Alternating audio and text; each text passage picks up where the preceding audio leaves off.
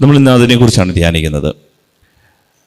നമ്മൾ മരിച്ചു കർത്താവിൻ്റെ കരുണ കൊണ്ട്, നമ്മുടെ മേന്മ കൊണ്ടല്ല, ദൈവകരുണ ഒന്നുകൊണ്ട് മാത്രം നമ്മൾ മരിച്ച് സ്വർഗത്തിലെത്തിയെന്ന് കരുതുക. അവിടെ ചെന്ന് കഴിയുമ്പോൾ നമ്മുടെ മനസ്സിൽ ഒരു സങ്കടം കിടക്കും.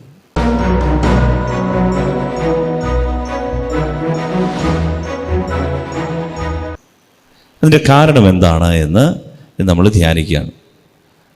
നമ്മൾ സ്വർഗത്തിലെത്തട്ടെ, അതാണ് നമ്മുടെ പ്രാർത്ഥന. അങ്ങനെ നമ്മൾ സ്വർഗത്തിലെത്തിയാലും ദുഃഖിക്കേണ്ടി വരുമോ, സങ്കടപ്പെടേണ്ടി വരുമോ? നിങ്ങൾ എന്നാ പറയുന്നു?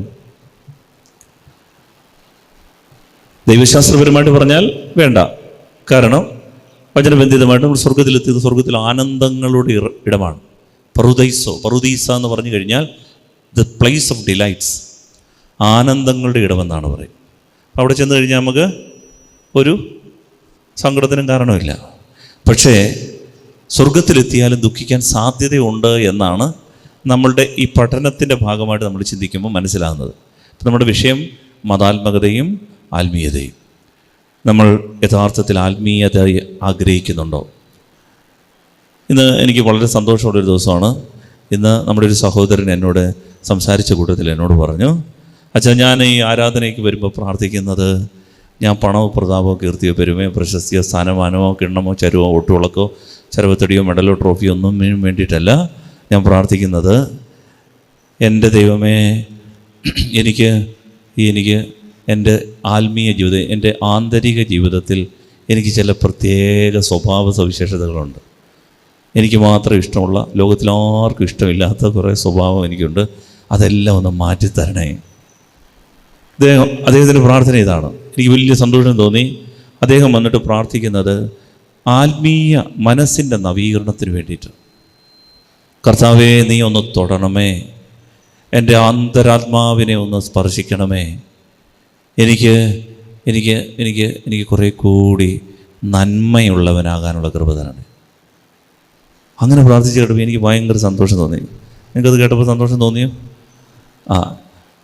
ഫിസിക്സിന് ജയിക്കണമെന്നോ, മാത്സിന് ജയിക്കണമെന്നോ, ജോലി കിട്ടണമെന്നോ, ഇൻക്രിമെൻറ്റ് കൂടണമെന്നോ, പ്രൊമോഷൻ കിട്ടണമെന്നോ, കല്യാണം നടക്കണമെന്നോ ഒന്നുമല്ല പ്രാർത്ഥിക്കുന്നത്.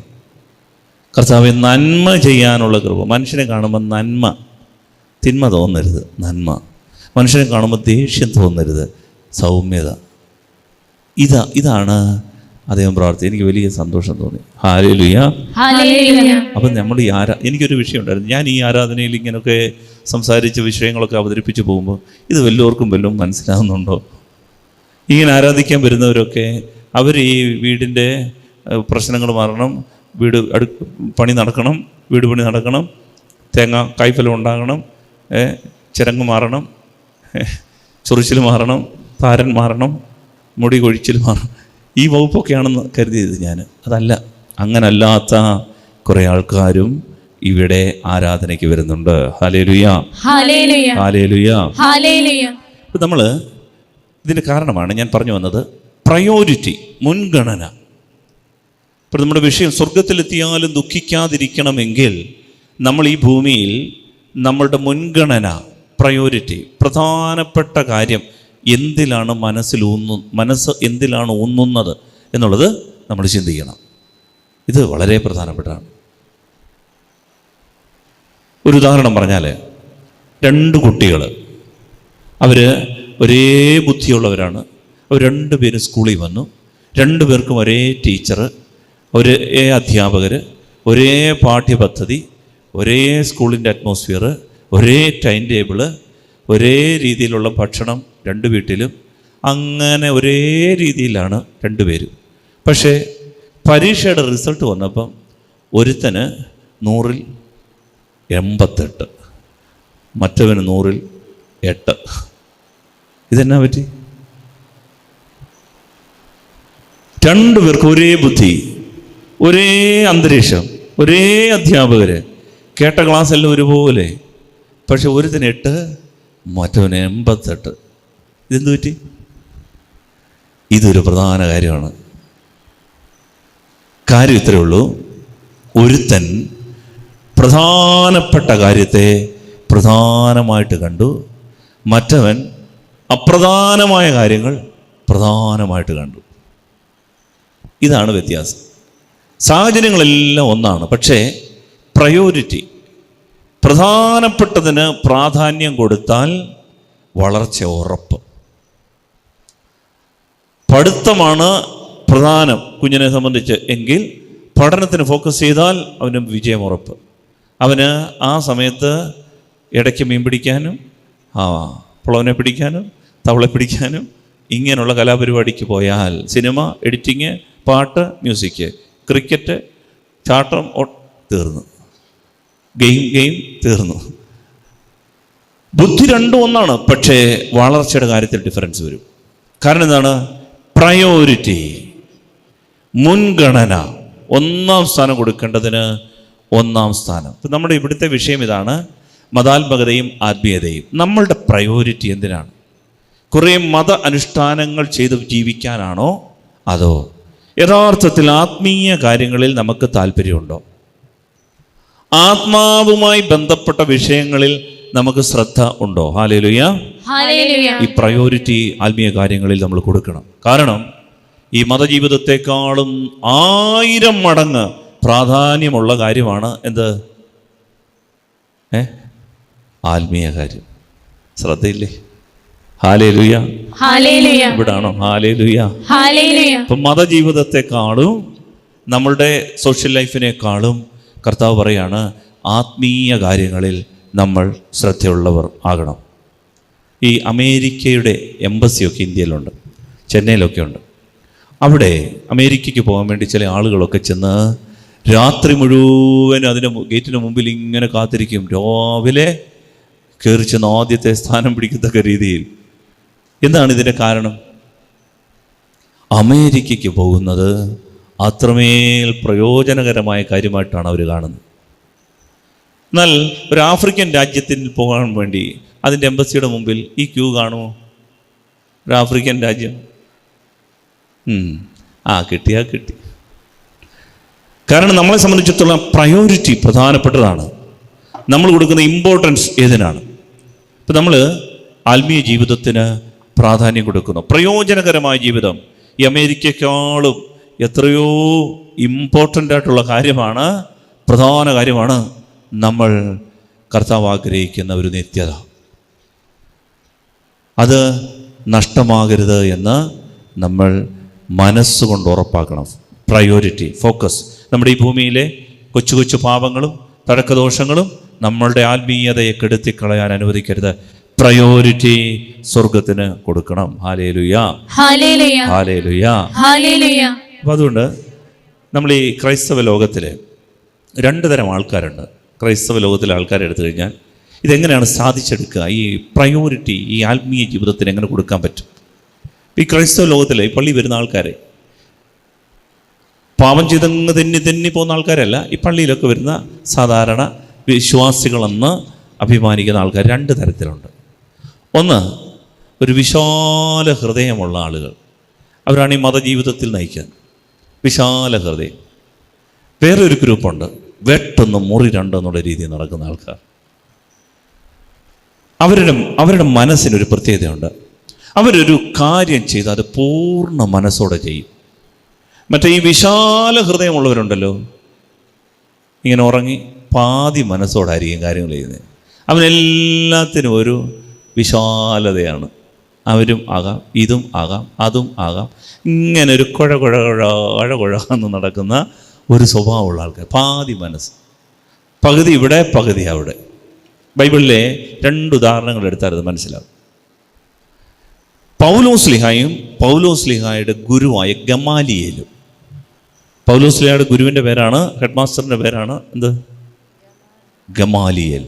അപ്പോൾ ഈ പൗലോസ്ലീഹ ഈ ജെറൂസലേമിൽ ഒരു ഗമാലിയേലിൻ്റെ പാദപീഠങ്ങളിലിരുന്ന് ജ്ഞാനം അഭ്യസിച്ച ആളാണ് പൗലോസ്ലീഹ.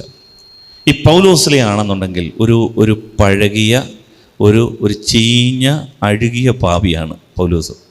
സാവൂളായിരുന്ന കാലത്ത് ഏതാണ്ട് ഒരു 30-35 വർഷക്കാലത്തോളം എല്ലാ ഒരു തരം എന്താ പറയുന്നത്, അങ്ങ് കഠിന പാവി, ആളുകളെ തല്ലിക്കൊല്ലാൻ ചാടി ഇറങ്ങുന്ന, വെട്ടൊന്ന് മുറി 2 എന്നുള്ള രീതി നടക്കുന്ന രീതിയാണ് പൗലോസിന്. പൗലോസിനൊന്നും ആർക്കും അങ്ങനെ ഒന്നും വലിയ ഇഷ്ടമൊന്നുമില്ല, പേടിച്ചിട്ടൊക്കെയാണ് ഇഷ്ടപ്പെടുന്നത്. എന്നാൽ ഗമാലിയേൽ ഉണ്ടല്ലോ, വിശാലമായൊരു മനസ്സുള്ള ആളാണ്. നമുക്ക് പൗലോസ്ലീഹായുടെ ഈ മനസ്സിനെ നമ്മൾ വിളിക്കാവുന്ന പേരാണ് പൂർണ്ണ മനസ്സ്. ആൾ തെറ്റായിട്ടാണ് ജീവിക്കുന്നതെങ്കിലും, തെറ്റിദ്ധാരണയിലാണ് ജീവിക്കുന്നതെങ്കിലും, അയാളുടെ പോക്ക് തെറ്റായ ദിശയിലേക്കാണെങ്കിലും, ഇയാൾ ഒരു കാര്യത്തിന് ഇറങ്ങിയാലുണ്ടല്ലോ പിന്നെ ഇടം വലം അങ്ങോട്ടും ഇങ്ങോട്ടും ചിന്തിക്കത്തില്ല. ഇതാണ് പൗലോസ്. എന്നാൽ ഗമാലിയേൽ ഉണ്ടല്ലോ വിശാല ഹൃദയനാണ്. ഗമാലിയേലിനെ കുറിച്ച് നമ്മൾ വായിക്കുന്നത് അപ്പോസ്തല പ്രവർത്തനങ്ങൾ 5-ാം അധ്യായത്തിൻ്റെ 34-ാം തിരുവചനമാണ്.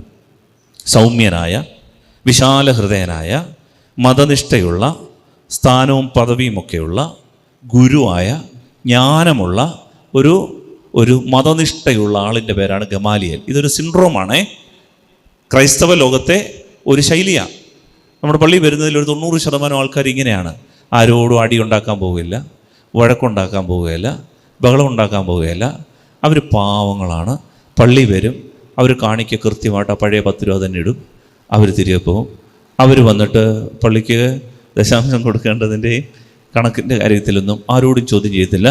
അവർ വന്ന് പള്ളി നിൽക്കും, കൊള്ളാം, എല്ലാം കഴിഞ്ഞു, സമാധാനത്താലേ പോകുക എന്ന് പറയുമ്പോൾ അവർ പോകും. അല്ല, സമാധാനത്താലേ പോകുക എന്ന് അവസാനം ആശീർവാദം കൊടുക്കുമ്പോൾ കയറി വരുന്ന കുറേ പേരുണ്ട്. അവരൊന്നും അല്ല, അവർ കൃത്യം രാവിലെ വൈകുന്നേരം വരെ ശുശ്രൂഷയ്ക്ക് കൂടുന്ന നല്ല മനുഷ്യരാണ്. ഇതാണ് ഗമാലിയേൽ. വായിക്കാം അപ്പോസ്തല പ്രവർത്തനങ്ങൾ 5:34. എന്നാൽ നിയമോപദേഷ്ടാവും സകലർക്കും ആദരണീയനുമായ ഗമാലിയേൽ എന്ന ഫരിസേയൻ. അദ്ദേഹത്തിന്റെ നിർവചനം എന്താണ്?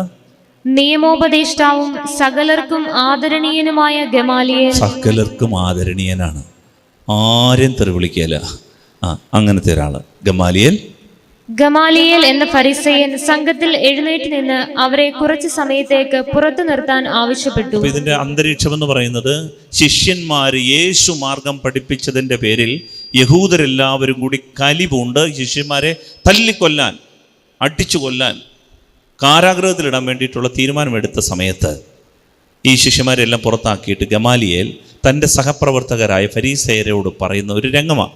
ഗമാലിയേൽ പറയുകയാണ്, വായിച്ചു. അനന്തരം അവൻ പറഞ്ഞു, ഇസ്രായേൽ ജനങ്ങളെ, ഈ മനുഷ്യരോട് എന്ത് ചെയ്യാമെന്ന് തീരുമാനിക്കുന്നത് സൂക്ഷിച്ചു വേണം. കണ്ടോ, നല്ലൊരു ഉപദേശം കൊടുക്കുകയാണ്. കർത്താവ് യേശു ക്രിസ്തുവിൻ്റെ ശിഷ്യന്മാരോട് എന്ത് ചെയ്യണം എന്നുള്ളത് സൂക്ഷിച്ചു വേണം. കുറെ നാളുകൾക്ക് മുൻപ് താൻ ഒരു വലിയവനാണെന്ന ഭാവത്തിൽ തെവുദാസ് രംഗപ്രവേശം ചെയ്തു. ഏകദേശം 400 പേർ അവന്റെ കൂടെ ചേർന്നു. എന്നാൽ അവൻ വധിക്കപ്പെടുകയും അവന്റെ അനുയായികൾ ചിതറുകയും നാമാവശേഷമാവുകയും ചെയ്തു. അനന്തരം കാനേശുമാരിയുടെ കാലത്ത് ഗലീലിയനായ യൂദാസ് പ്രത്യക്ഷപ്പെട്ട് കുറെ പേരെ ആകർഷിച്ച് അനുയായികളാക്കി. അവനും നശിച്ചുപോയി, അനുയായികൾ തൂത്തെറിയപ്പെടുകയും ചെയ്തു. അതുകൊണ്ട് ഞാൻ നിങ്ങളോട് പറയുന്നു, ഈ ആളുകളിൽ നിന്ന് അകന്നു നിൽക്കുക, അവരെ അവരുടെ വഴിക്ക് വിട്ടേക്കുക.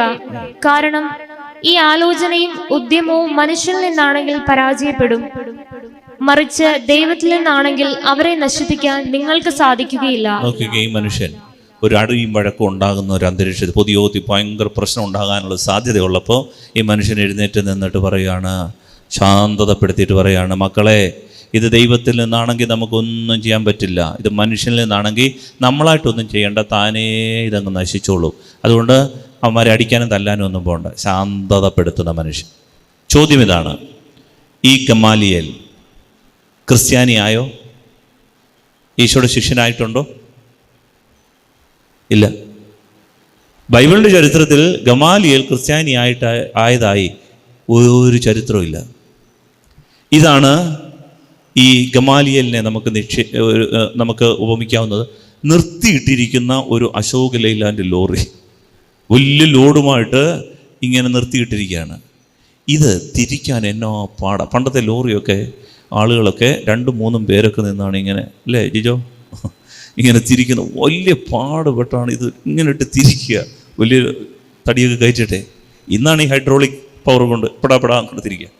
പണ്ട് ഇതൊക്കെ വലിയ പാടാണ്. നിർത്തിയിട്ടിരിക്കുന്ന ലോറിയാണെങ്കിൽ പിന്നെ പറയുകയും വേണം, അനങ്ങയല്ല അത്. എന്നാൽ മൂവ് ചെയ്യുന്ന, സഞ്ചരിക്കുന്ന ഒരു ലോറി, സഞ്ചരിക്കുന്ന ഒരു കപ്പലിനെ നമുക്ക് തിരിക്കാൻ പറ്റും. പൗലോസ് സഞ്ചരിക്കുന്ന ഒരു കപ്പലാണ്. പക്ഷേ അത് തെറ്റായ ദിശയിലേക്കാണ് പൗലോസ് സഞ്ചരിക്കുന്നത്. തെറ്റായ ദിശയിലേക്കാണ്. അവൻ അഴുകിയ ഈ പാവി ഈ 30 വർഷക്കാലത്തോളം ഇങ്ങനെ തിന്മപ്പെട്ട് കഠിന ഹൃദയനായി എല്ലാവരെയും കൊലപാതകിയായിട്ട് കഠിന ഹൃദയനായിട്ട് ആദാമിൻ്റെ സ്വഭാവമുള്ള ഈ ചേട്ടായി, പക്ഷേ തെറ്റായ ദിശയിലേക്ക് നീങ്ങിയിട്ടും അവനെ കർത്താവ് ഒന്ന് തൊട്ട് കഴിഞ്ഞപ്പോൾ ഉണ്ടല്ലോ, എന്താ സംഭവിച്ചത്? അവൻ നേരെ തിരിഞ്ഞ് മാനസാന്തരപ്പെട്ടു. ഇന്ന് പൗലോസ്ലീഹായുടെ മാനസാന്തരത്തിൻ്റെ ദിവസമാണ്. പൗലോസ്ലീഹായുടെ മാനസാന്തരത്തിൻ്റെ തിരുനാൾ ദിവസമാണ്. മലങ്കര കത്തോലിക്ക പാരമ്പര്യമനുസരിച്ച്, നമ്മുടെ വിശ്വാസം അനുസരിച്ച്. അപ്പോൾ ഇന്ന് പ്രത്യേകം പൗലോസ്ലീഹായെക്കുറിച്ച് നമ്മൾ ചിന്തിക്കുന്നത് നല്ലതാണ്. പൗലോസ്ലീഹായുടെ ജീവിതം വിജയമായി മാറിയതിൻ്റെ കാര്യം എന്താണെന്നറിയാമോ? ലോകത്തിൽ 2 തരത്തിൽ ക്രൈസ്തവരുണ്ട്. ഒന്ന്, ഈ പാതി മനസ്സോടെ അവിടെയുമില്ല ഇവിടെയുമില്ല എന്നുള്ള രീതി 2 വള്ളത്തെ ചവിട്ടി നടക്കുന്നവർ, വിശാല ഹൃദയർ. ഇവരൊരിക്കലും കർത്താവിൻ്റെ മാർഗത്തിൽ വരത്തില്ല. പക്ഷെ അവർ പള്ളി വരും, മതനിഷ്ഠയുള്ളവരായിരിക്കും, അവർ സൗമ്യമായി സംസാരിക്കും, അവർ കാര്യങ്ങളെല്ലാം നന്നായിട്ട് ചെയ്യാൻ മിടുക്കരാണ്. ആരെയും വെറുപ്പിക്കുകയല്ല, ആരെയും പിണക്കുകയല്ല. പക്ഷെ പൗലോസോ തെറ്റായ ദിശയിലേക്ക് നീങ്ങുന്ന ഈ കപ്പൽ, പക്ഷേ എന്തു ചെയ്താലും പൂർണ്ണ ഹൃദയത്തോടെ ചെയ്യും. തെറ്റാണോ? തെറ്റ്. ശരിയാണോ? പിന്നെ ഈ മനുഷ്യനെ ഒരു ശക്തിക്കും പിന്തിരിപ്പിക്കാൻ പറ്റില്ല. ഇയാൾക്കൊരു ബോധ്യം കിട്ടി, നസറായനായ യേശു ക്രിസ്തു ഏക രക്ഷകനാണെന്നൊരു ബോധ്യം കിട്ടി. പിന്നെ ഈ മനുഷ്യനെ ഒരു രീതിയിലും ഒരു മനുഷ്യനെ തകർക്കാൻ പറ്റിയില്ല. അദ്ദേഹത്തിൻ്റെ ജീവിത വിജയത്തിന് ബൈബിൾ കാണുന്നത് ഗമാലിയേലിൻ്റെ ജീവിതമല്ല വിജയമായിട്ട് പരിശുദ്ധാത്മാവ് കാണുന്നത്. പൗലോസിൻ്റെ ജീവിതത്തെയാണ് വിജയ ജീവിതമായിട്ട് ബൈബിൾ കാണുന്നത്, സഭ കാണുന്നത്, പരിശുദ്ധാത്മാവ് കാണുന്നത്. കാരണം എന്താണെന്നറിയാമോ? 2 കൊരിന്തോസ് 2:14 പൗലോസിൻ്റെ ജീവിതമാണ് വിജയ ജീവിതം. ആള് തെറ്റായ വഴിയിലൂടെയാണ് നടന്നതെങ്കിലും പൂർണ്ണ ഹൃദയത്തോടെ തിരിച്ചു വന്നു. അദ്ദേഹത്തിൻ്റെ ഉള്ളിലെ ആ തീക്ഷ്ണതയുണ്ടല്ലോ, എരിപുരി എന്നുള്ളൊരവസ്ഥ, സത്യം കണ്ടെത്തി കഴിഞ്ഞപ്പോൾ പൂർണ്ണമായൊരു കമ്മിറ്റ്മെൻറ്റ്, പൂർണ്ണമായൊരു സമർപ്പണം. ഇതാണ് സ്പിരിച്വാലിറ്റി എന്ന് പറയുന്നത്. ഹല്ലേലൂയ, സ്വർഗ്ഗത്തിൽ ഹല്ലേലൂയ, ഹല്ലേലൂയ. ഇവിടെ ഒരു ആത്മീയത എന്ന് പറയുന്നത് അവിടെയും ഇവിടെ തൊടിയിച്ച് നടക്കുന്നതല്ല.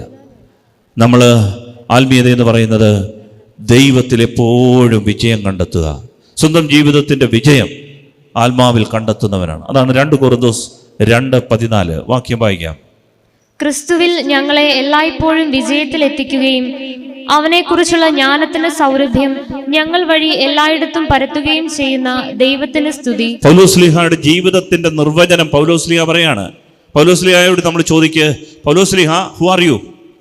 പൗലോസ്ലീഹ നീ ആരാണ് എന്ന് ചോദിച്ചാൽ പൗലോസ്ലീഹ പറയുന്നത്, നമ്മളോട് ചോദിച്ചു കഴിഞ്ഞാൽ ഹു ആർ യു ചോദിച്ചാൽ I M A doctor, I M A priest, I M an engineer, I M A nurse, I M A teacher, ഇതൊക്കെ പറയും നമ്മൾ. I M A business man, ഇതൊക്കെ പറയും. പക്ഷെ പൗലോസ്ലീഹയോട് ചോദിച്ചു കഴിഞ്ഞാൽ പൗലോസ്ലീഹ ആരാണെന്ന് ചോദിച്ചു കഴിഞ്ഞാൽ ഞാനൊരു കൂടാരപ്പണിക്കാരനാണെന്നല്ല പൗലോസ്ലീഹ പറയുക. പൗലോസ്ലീഹ പറയുന്നത് ഞാനൊരു അപ്പസ്തോലനാണ്. ആരാണ് അപ്പസ്തോലൻ? ഒരു കാര്യം അറിഞ്ഞു, ആ അറിഞ്ഞ സത്യത്തിന് വേണ്ടി മരിക്കാനും തയ്യാറായവന്റെ പേരാണ് അപ്പസ്തോലൻ. The one who is sent, അയക്കപ്പെട്ടവൻ.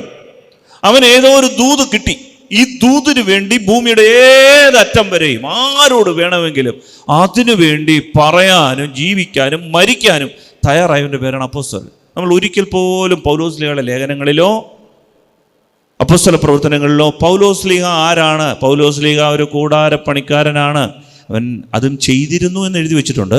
പക്ഷെ ഒരിക്കൽ പോലും പൗലോസ്ലീഹ ഇൻട്രൊഡ്യൂസ് ചെയ്യുന്നത്, തന്നെ പരിചയപ്പെടുത്തുന്നത് കൂടാരപ്പണിക്കാരൻ എന്നല്ല, ഐ എം ആൻ അപ്പോസ്റ്റൽ. കാരണം പൗലോസ്ലീഹായ്ക്ക് ഈ ബോധ്യം കിട്ടി, ഇതാണ് സ്പിരിച്വാലിറ്റി. അവൻ്റെ വാല്യൂ സിസ്റ്റം മാറി, അവൻ്റെ മൂല്യങ്ങൾക്ക് ഒരു മുൻഗണന അവൻ കൊടുത്തു. ദൈവം എൻ്റെ അപ്പ, അവന് വെട്ടം കിട്ടി. ഇനിമേൽ ഞാനല്ല, ക്രിസ്തുവാണ് എന്നിൽ ജീവിക്കുന്നത്. അതുകൊണ്ടാണ് പൗലോസ്ലീഹ പിന്നീട് ഈ വചനം എഴുതി വെക്കുന്നത്, എല്ലായ്പ്പോഴും ഞങ്ങളെ വിജയത്തിലെത്തിക്കുന്ന ദൈവത്തിന് സ്തുതി. ക്രിസ്തുവിനെ കുറിച്ചുള്ള ജ്ഞാനം ഒരു സൗരഭ്യമായി എല്ലായിടത്തും പരത്തുവാൻ ഞങ്ങളെ സഹായിക്കുന്ന ദൈവത്തിന് സ്തുതി.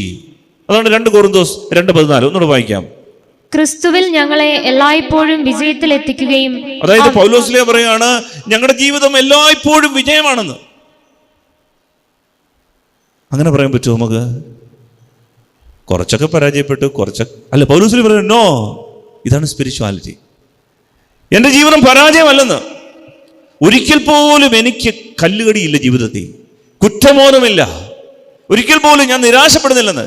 തടവറയിലാണെങ്കിലും അടി കിട്ടിയാലും തൊഴി കിട്ടിയാലും നിന്ദനമേറ്റാലും നഗ്നതയേറ്റാലും വാളേറ്റാലും ആപത്ത് വന്നാലും എനിക്ക് പൗലോസ് പറയാണ് ദൈവം എന്നെ വിജയിപ്പിച്ചുകൊണ്ടിരിക്കുകയാണ്. എനിക്കത് ഫീൽ ചെയ്യുന്നില്ല. ഇങ്ങനൊരു അവസ്ഥയുണ്ട്.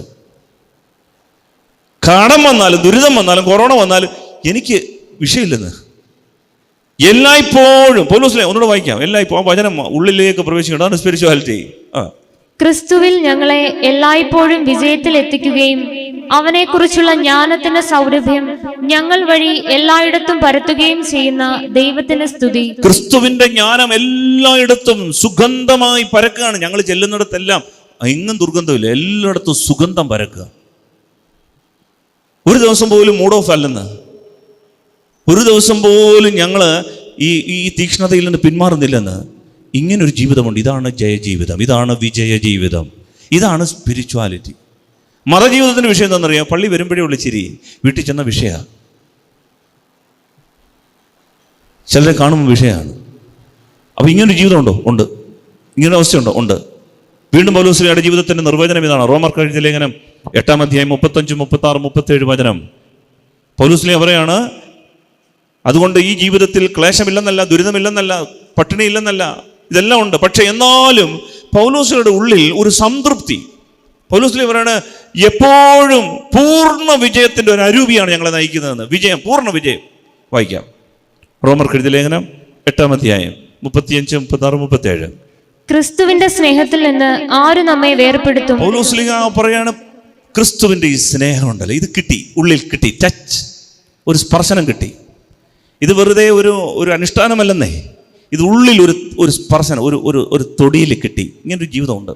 ഇത് കിട്ടിക്കഴിഞ്ഞപ്പോൾ പൗലോസ് പറയാണ് ക്രിസ്തുവിൻ്റെ ഈ സ്നേഹത്തിൽ നിന്ന് ആരും നമ്മെ വേർപെടുത്തും? ക്ലേശമോ ദുരിതമോ പീഡനമോ പട്ടിണിയോ നഗ്നതയോ ആപത്തോ വാളോ?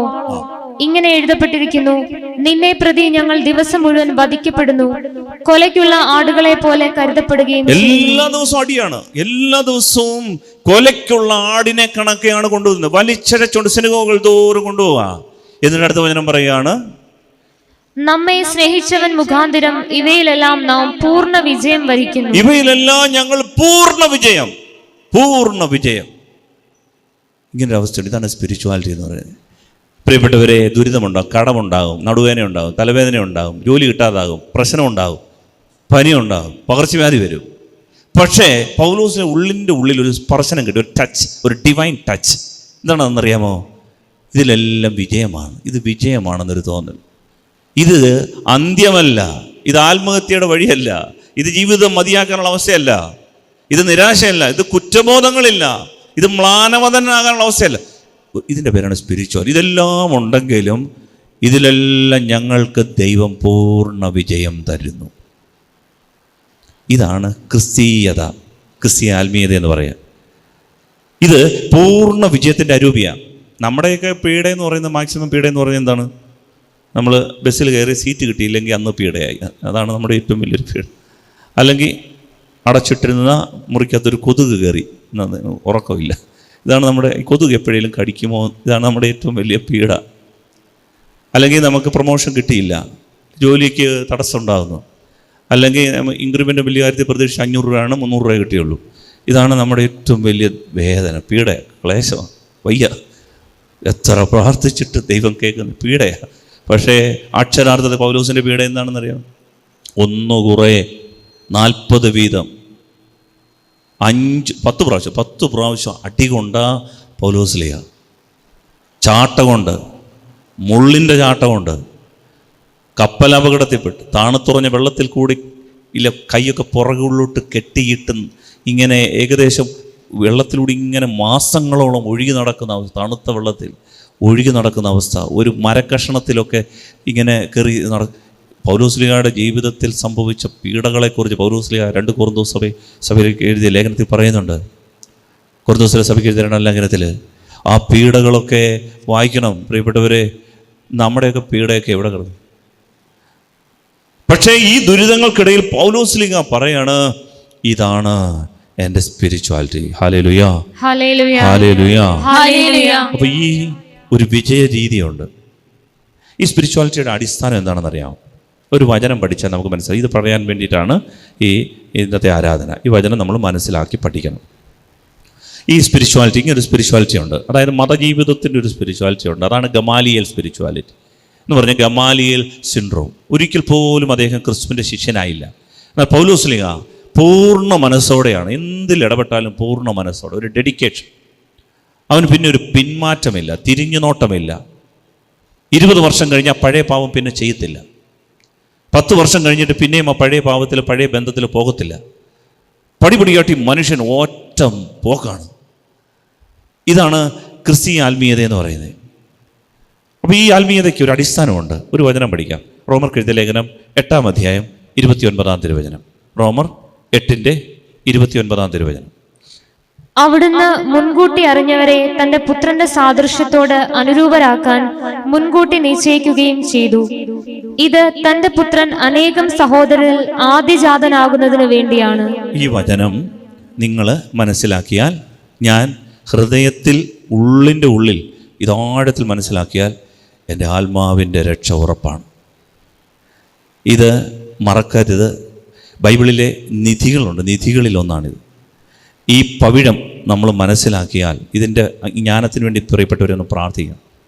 നമ്മൾ ഈ ബൈബിളൊക്കെ പഠിക്കുകയും വായിക്കുകയൊക്കെ ചെയ്ത് തുറക്കണം. ബൈബിൾ വീട്ടിൽ ചെന്നിട്ട് നമ്മൾ ഈ ചെറിയ കുറിപ്പിലൊക്കെ കൊണ്ടുപോയിട്ട് എഴുതി, അല്ലെങ്കിൽ ഈ യൂട്യൂബിലൊക്കെ കിടപ്പുണ്ട്, ഒന്നുകൂടെ ഒന്ന് കേട്ട് നിങ്ങൾ ഈ വചനം ഒന്നുകൂടെ ഒന്ന് റിപ്പീറ്റ് ചെയ്യണം. ഇതൊന്ന് മനസ്സിരുത്തി ഒന്ന് വായിക്കണം. ഇത് വലിയൊരു ജ്ഞാനമാണ്. ഒന്നുകൂടെ വചനം വായിച്ചു കേൾക്കാം. റോമർ 8-ാം അധ്യായം 29-ാം തിരുവചനം. അവിടുന്ന് മുൻകൂട്ടി അറിഞ്ഞവരെ തന്റെ പുത്രന്റെ സാദൃശ്യത്തോട് അനുരൂപരാക്കാൻ മുൻകൂട്ടി നിശ്ചയിക്കുകയും ചെയ്തു.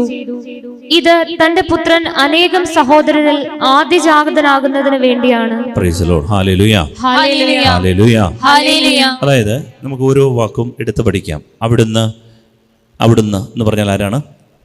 ദൈവം, പിതാവായ ദൈവം, അപ്പാ പിതാവ്, അപ്പാ. മുൻകൂട്ടി അറിഞ്ഞവരെ.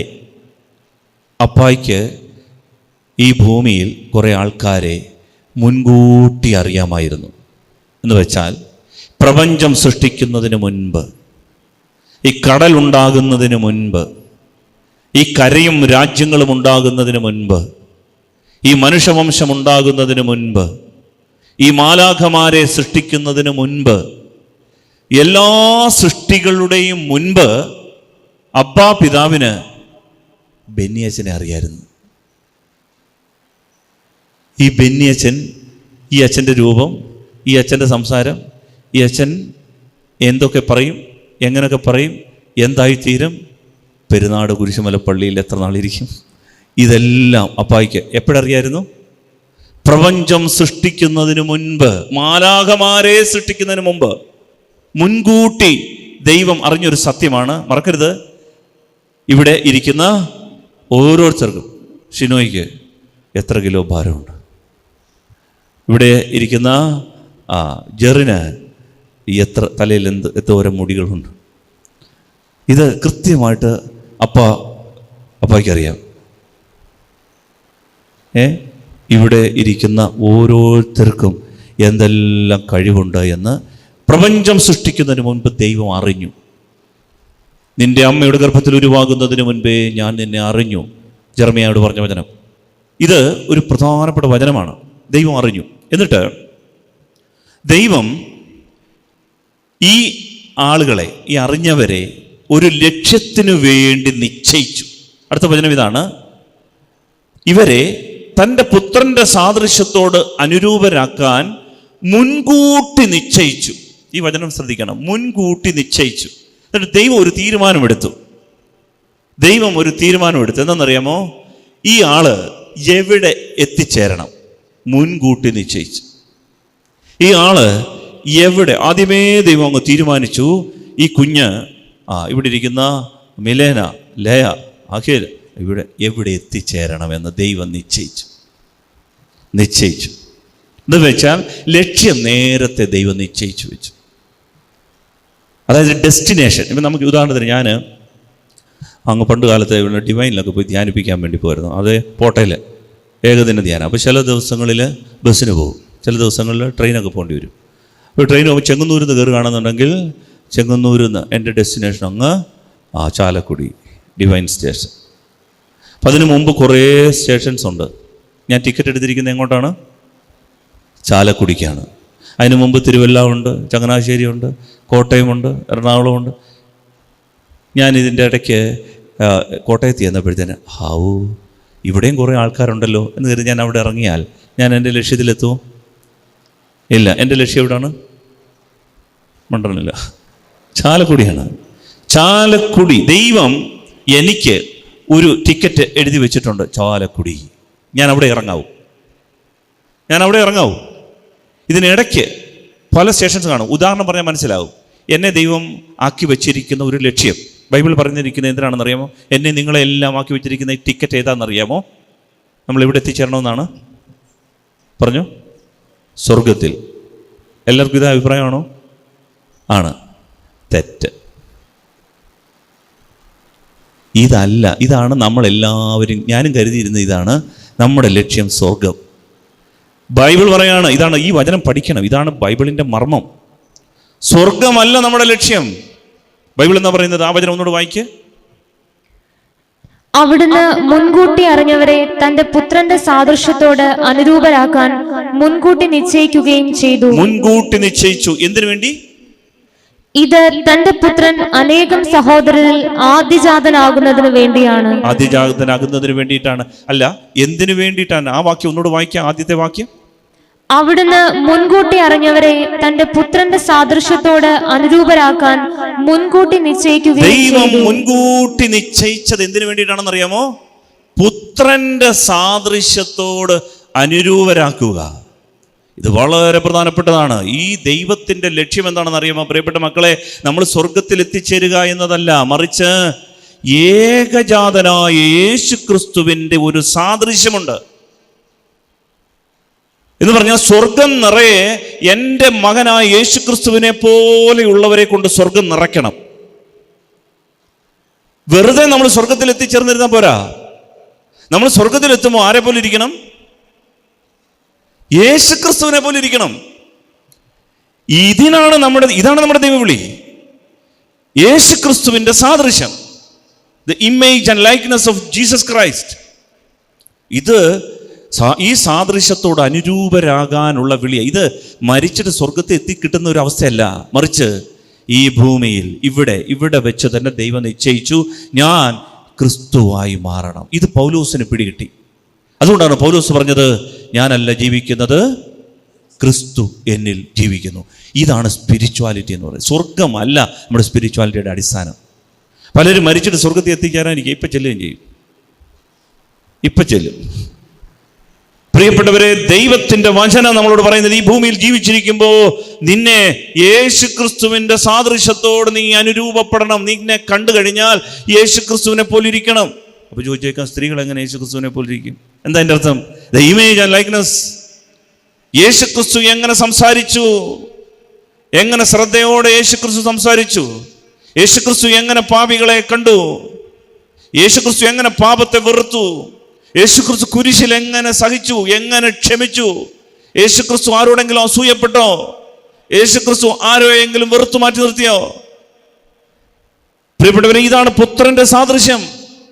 ഇതാണ് ദൈവമായ കർത്താവ് താൻ മുൻകൂട്ടി അറിഞ്ഞവരെ തൻ്റെ ഈ പുത്രന്റെ സാദൃശ്യത്തോട് അനുരൂപരാകുവാൻ വേണ്ടി നിശ്ചയിച്ചു. ഇതാണ് ദൈവത്തിന്റെ ലക്ഷ്യം. ഡെസ്റ്റിനേഷൻ ടിക്കറ്റ് എഴുതി കൈ തന്നിരിക്കുന്നത് എന്താണ്? B another Christ.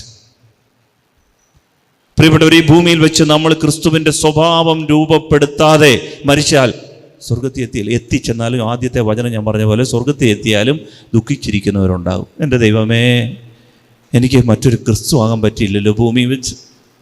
ദൈവത്തിൻ്റെ കരുണ കൊണ്ട് സ്വർഗത്തിൻ്റെ ഏതെങ്കിലും മൂലക്കിരിക്കും, പക്ഷെ അന്നേരം സങ്കടമാണ്. കാരണം എന്താ?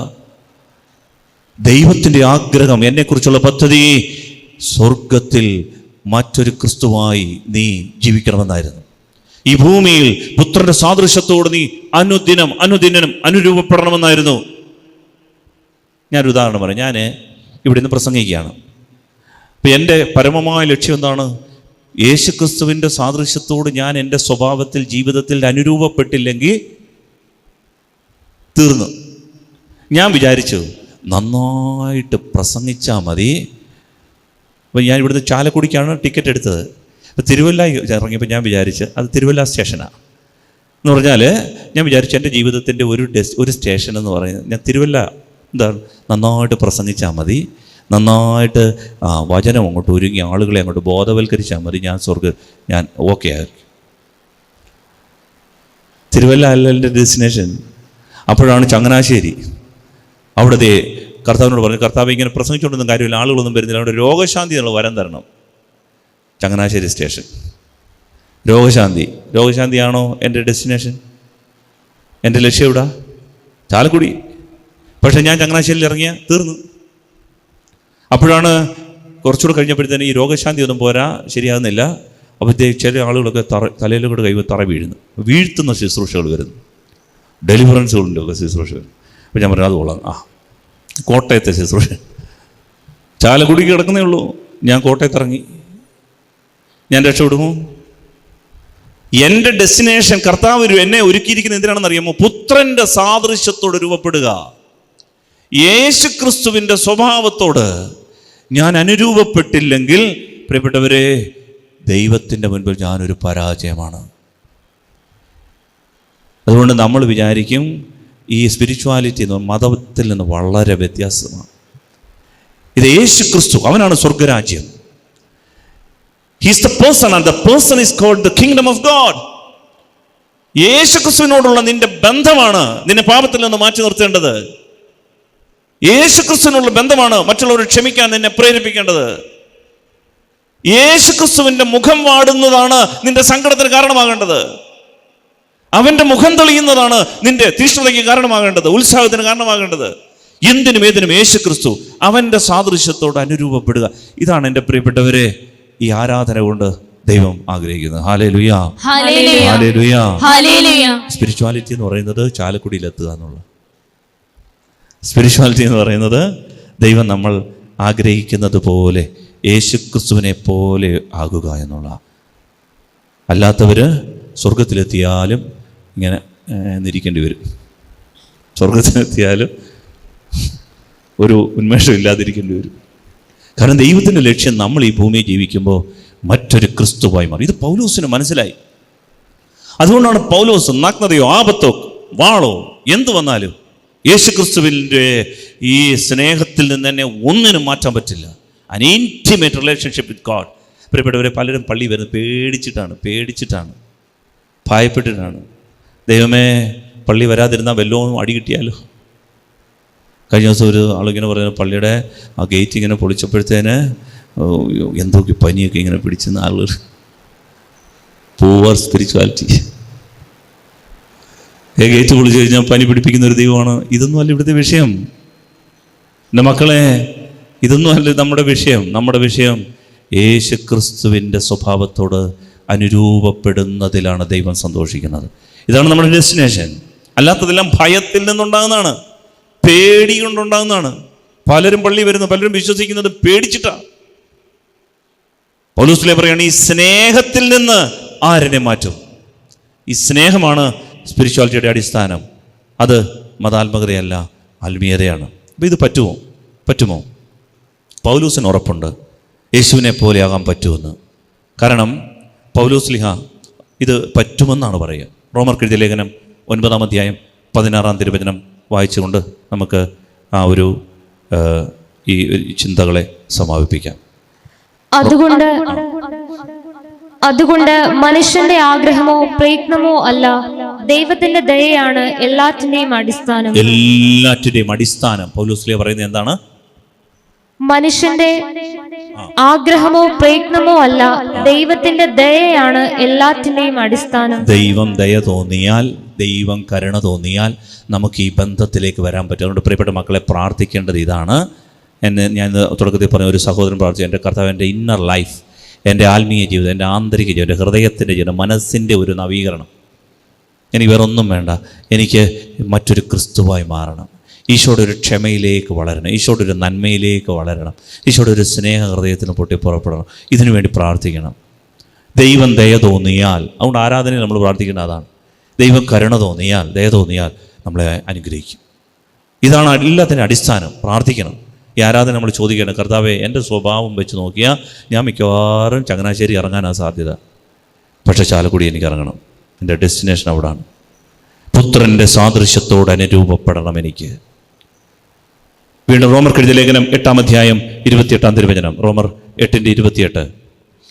ദൈവത്തെ സ്നേഹിക്കുന്നവർക്ക്, അവിടുത്തെ പദ്ധതി അനുസരിച്ച് വിളിക്കപ്പെട്ടവർക്ക് അവിടുന്ന് സകലവും നന്മയ്ക്കായി പരിണമിപ്പിക്കുന്നുവെന്ന് നമുക്കറിയാമല്ലോ. ദൈവത്തിന്റെ ആത്മാവിലൂടെ, പരിശുദ്ധാത്മാവിലൂടെ പൗലോസ് പറയാണ്, മക്കളെ, ഇത്രമേൽ റോട്ടനായ ഞാൻ, ഇത്രമേൽ ചീഞ്ഞുപോയ ഞാൻ, ഇത്രമേൽ കഠിനഹൃദയനായ ഞാൻ, എനിക്ക് ഒരു ചേഞ്ച് ദൈവം തന്നു. കാരണം എന്താണെന്നറിയാമോ? ദൈവത്തെ സ്നേഹിക്കുന്നവർക്ക്, അവിടുത്തെ പദ്ധതി അനുസരിച്ച് വിളിക്കപ്പെട്ടവർക്ക്, അവിടുന്ന് മുൻകൂട്ടി അറിഞ്ഞ് എനിക്ക് ദൈവമെല്ലാം നന്മയ്ക്കായി പരിണമിപ്പിക്കുന്നു. കൊറോണ വന്നാലും അത് നന്മയാക്കി മാറ്റും ദൈവം. തിന്മയാണെന്ന് തോന്നും, പക്ഷെ ദൈവത്തിന് അത് നന്മയാക്കി മാറ്റാൻ പറ്റും. ആർക്ക്? ദൈവത്തെ സ്നേഹിക്കുന്ന നിനക്ക്. നീ ഈ ഒരു തീരുമാനം എടുത്താൽ മതി. സ്പിരിച്വാലിറ്റി, ദൈവം അത് എല്ലാ തിന്മയും നന്മയാക്കി പരിണമിപ്പിക്കും. എല്ലാ തിന്മയും ദൈവം നന്മയാക്കി പരിണമിപ്പിക്കും, മാറ്റി ചേഞ്ച് ചെയ്ത് തരും. തടസ്സമായിട്ടൊക്കെ തോന്നും, അടിയാണെന്ന് തോന്നും, ദുരിതമാണെന്ന് തോന്നും, ഗതിയില്ലെന്ന് തോന്നും, രക്ഷയില്ലെന്ന് തോന്നും. വിശ്വസിക്ക്. റോമർ 8:28. ദൈവത്തെ സ്നേഹിക്കുന്നവർക്ക്, അവിടുത്തെ പദ്ധതി അനുസരിച്ച് വിളിക്കപ്പെട്ടവർക്ക് അവിടുന്ന് എല്ലാം നന്മയ്ക്കായി പരിണമിപ്പിക്കും, മാറ്റിയെടുത്തു തരും. ജനം പറയും തിന്മ രക്ഷയില്ല, പോയി. പക്ഷേ കാലം തെളിയിക്കും, ദൈവം അതിനെ നന്മയാക്കി മാറ്റും. പ്രൊവൈഡഡ് നമ്മൾ ഈ മതാത്മകതയിൽപ്പെട്ടു പോകരുത്. സ്പിരിച്വാലിറ്റി ആഗ്രഹിക്കണം. യേശു ക്രിസ്തുവിൻ്റെ ഈ സാദൃശ്യത്തോട് അനുരൂപപ്പെടാൻ ആഗ്രഹിക്കണം. അതുകൊണ്ടാണ് അടുത്ത വചനത്തിൽ പറയുന്നത്, അവിടുത്തെ സാദൃശ്യത്തോട് അനുരൂപപ്പെടാൻ. ഇതാണ് ദൈവത്തിൻ്റെ ലക്ഷ്യം. സ്നേഹമുള്ളവരെ, പൗലോസ് ശ്ലീഹായ്ക്ക് ഇത് ഉറപ്പുണ്ട്. 1 കൊറിന്തോസ് 15-ാം അധ്യായം 47, 48, 49 വാക്യങ്ങൾ കൂടി കണ്ടുകൊണ്ട് ആരാധന പൂർത്തിയാക്കാം. 1 കൊറിന്തോസ് 15-ാം അധ്യായം 47, 48, 49 വചനങ്ങൾ വായിക്കാം. ആദ്യ മനുഷ്യൻ ഭൂമിയിൽ നിന്നുള്ള ഭൗമികനാണ്. അതായത് ഇത് പറ്റുമോ, എനിക്കിത് പറ്റുമോ? പൗലോസ് പറയുന്നത് എനിക്ക് പറ്റി. 30 വർഷം ഭാവിയായിരുന്ന എനിക്ക് ഇത് പറ്റി. അതിൻ്റെ നറേഷനാണ്, വിശദീകരണമാണ് പൗലോസ് പറയുന്നത്. വായിക്കാം, ഒന്നുകൂടെ വായിച്ചേ. ആദ്യ മനുഷ്യൻ ഭൂമിയിൽ നിന്നുള്ള ഭൗമികനാണ്. ആദ്യ മനുഷ്യൻ, നമ്മളിലെല്ലാം ഒരു ആദ്യ മനുഷ്യനുമുണ്ട്, രണ്ടാമത്തെ മനുഷ്യനുമുണ്ട്. ഈ ഇരിക്കുന്ന ജെറിനുമുണ്ട്, ഈ നിൽക്കുന്ന എനിക്കുമുണ്ട്. ആദ്യ മനുഷ്യൻ, എന്നിലൊരു ആദാമ്യ മനുഷ്യനുണ്ട്, ആദാം. ഈ മനുഷ്യന്റെ പ്രത്യേകത എന്തെന്നറിയാമോ? വായിക്കാം. രണ്ടാമത്തെ മനുഷ്യനോ സ്വർഗത്തിൽ നിന്നുള്ളവൻ. ആദ്യ മനുഷ്യൻ എവിടുന്നാണ്? ഭൂമിയിൽ നിന്നുള്ളവൻ. അവൻ മണ്ണിൽ നിന്നുള്ളവനാണ്. മണ്ണിന്റെ സ്വഭാവമാണ് എന്ന് പറഞ്ഞാൽ, മണ്ണിന്റെ സ്വഭാവം ഒരു ചീഞ്ഞ മുട്ട എടുത്ത് മണ്ണിനകത്തോട്ട് എറിഞ്ഞ് മണ്ണതങ്ങ് വലിച്ചെടുക്കും. ഒരു നല്ല മുട്ട എടുത്തെറിഞ്ഞ് അതും മണ്ണ് വലിച്ച്. മണ്ണിൻ്റെ സ്വഭാവം എല്ലാം ഇങ്ങനെ വലിച്ചിങ്ങ് എടുത്തുകൊണ്ടിരിക്കും. ഈ മണ്ണിൻ്റെ സ്വഭാവമാണ് സ്വാർത്ഥത. ഇങ്ങനെ വലിച്ചിങ്ങെടുക്കും, എല്ലാം വലിച്ചിങ്ങെടുത്തുകൊണ്ടിരിക്കും, നന്മയും തിന്മയും എല്ലാം. ഇതാണ് മണ്ണിൽ നിന്ന് എടുത്തവൻ്റെ പ്രത്യേകത. രണ്ടാമത്തെ മനുഷ്യനോ സ്വർഗത്തിൽ നിന്നുള്ളവൻ. ഉന്നതത്തിൽ നിന്നുള്ള, സ്വർഗത്തിൽ നിന്നുള്ളവൻ. അടുത്തത് വചനം. ഭൂമിയിൽ നിന്നുള്ളവൻ എങ്ങനെയോ അങ്ങനെ തന്നെ ഭൗമികരും, സ്വർഗത്തിൽ നിന്നുള്ളവൻ എങ്ങനെയോ അങ്ങനെ തന്നെ സ്വർഗീയരും. നമ്മൾ ഭൗമികന്റെ സാദൃശ്യം ധരിച്ചതുപോലെ തന്നെ സ്വർഗീയന്റെ സാദൃശ്യവും ധരിക്കും. പൗലോസ്ലീഹയ്ക്ക് ഉറപ്പാണ്. പൗലോസ്ലീഹ പറയാണ്, നമ്മൾ ഈ മണ്ണിന്റെ സാദൃശ്യമുള്ളവരായിട്ടും അതുപോലെ തന്നെ നമ്മൾ സ്വർഗീയന്റെ സാദൃശ്യം ധരിക്കും. പൗലോസ്ലീഹയ്ക്ക് ഉറപ്പാ. കാര്യം നമ്മൾ നോക്കിയാൽ ഈ ആസക്തികളുടെയും അസൂയയുടെയും അഹങ്കാരത്തിൻ്റെയും മടിയുടെയും ഈ ദ്രവ്യാഗ്രഹത്തിൻ്റെയും ജഡികാസക്തിയുടെയും ഭക്ഷണാസക്തിയുടെയും ഈ ഇങ്ങനെ കോപത്തിൻ്റെയും എല്ലാ തരത്തിലും തലങ്ങളിലുമുള്ള മണ്ണിൻ്റെ സ്വഭാവമാണ്.